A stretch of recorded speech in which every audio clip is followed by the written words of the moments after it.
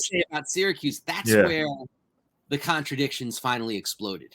Mm. Of, being raised from ages 0 to 8 in an island of black self-sufficiency, and then from 8 to 18 in a place of white privilege, but a place that made space for him to exist, largely because of his frankly athletic talents that people revered in that community. And it was always, I gotta say, like I researched this for the book. It was a very liberal community in Great Neck. And saw itself as such. Like buildings were built by Franklin Delano Roosevelt's New Deal, for example. Like these were spaces that people took pride in the fact that there was a black athlete who they treated well, and there's a lot of paternalism with that too, of course. Right. But then he goes up to Syracuse, Kevin. Should I talk about that? Go ahead. That's why we're here. Yeah. Yeah. Think about how wild this story is. Jim Brown is offered scholarships all around the country in a time where a lot of these schools didn't even have black athletes. He's being offered scholarships. That's how incredible an athlete he was. Right. He was breaking boundaries and breaking down walls through the power of his skill and also the power of his intellect. He was very successful in that regard in high school. Now, let's take it for just a second to Syracuse. His mentor, excuse me for 1 second, his mentor, I got a text from my daughter. His mentor, Judge Malloy, was a Syracuse grad.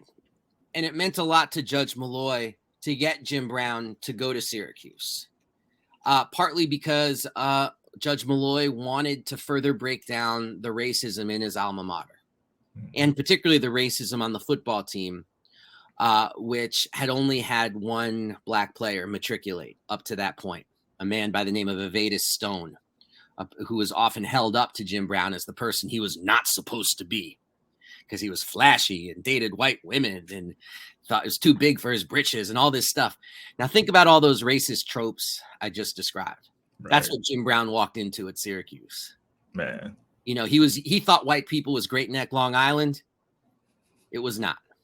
And he felt that full blast at Syracuse. So check this out. The coach at Syracuse, a legend there named Ben Schwartzwalder, he's in the College Hall of Fame. He'd had his one black athlete and he didn't like it. And so he said no to Jim Brown. Now, Judge Kenneth Malloy was a very prominent alum and he raised hell. And Schwartzwalder said, okay, he can come to Syracuse. Fine. I'll let him play on the football team, but he'll have to be a walk-on. He's not getting a scholarship. And so what Kenneth Malloy did, this is what's so interesting, is he sent a letter, and I had the letter and I printed the letter in the book. He sent a letter to prominent members of the Great Neck community to get them to pool money together to pay for Jim Brown's tuition so he could go and play football for Syracuse. Now, here's the crazy part. Jim Brown did not know that that's how things were being organized for him. He thought he got a scholarship. These were different times, Right. He's just told, oh, yeah, you're going to play football at Syracuse and you don't have to pay any money. Great, I got a scholarship. And nobody disavowed him of that notion.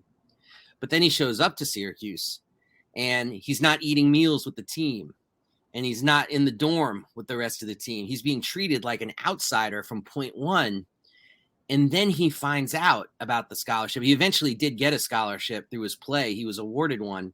But so from the outside, he's being treated like a second-class citizen, even at the sport where he's so obviously generationally great. At one point in his sophomore year, he was just so frustrated at not getting any time on the field, which he didn't really get till his junior year. And a coach suggested that he learn how to punt. Punt! They tried to turn Jim Brown into a punter. But it's so interesting because a lot, Kevin, about the 1950s and about how there were generational shifts in attitude that were being wrought by both the civil rights movement, the Black freedom struggle. Like so much was beginning to happen in the 1950s that there was this different perspective about Jim Brown at Syracuse from the students who were, and I'm not exaggerating, it was like a 99% white school at this time. The students and then the coaches and whatnot. The coaches disrespected him for basically 3 years. The students knew how good he was because he was so amazing at lacrosse, so amazing at hoops. They knew they had a world-class athlete at their school. So they would be chanting, "We want Brown." And they called him touchdown or first down Jimmy Brown. And so he was like this. It's so interesting. He was like this revered athlete, and he wasn't even getting on the field. That's crazy. Isn't that crazy? I mean, that's something that Jim Brown, I think, to his last day, would smile and shake his head about, although he had very difficult time shaking his head because of the accumulation of the sport of football, moving his head from side to side. But, he just couldn't believe they said that to him. Punt. Learn how to punt.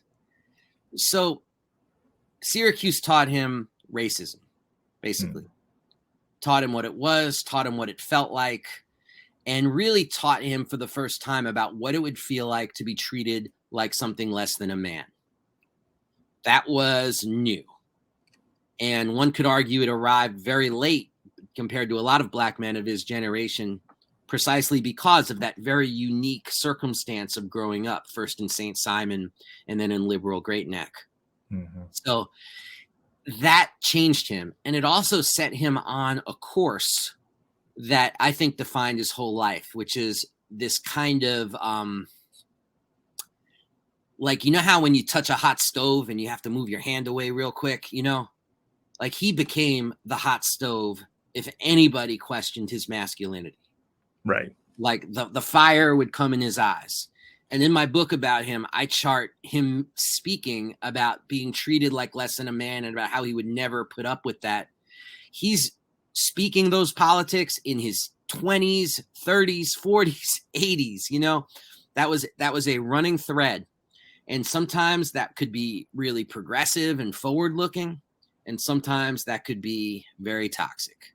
But it was all rooted in this idea that his masculinity in a racist society was constantly under threat.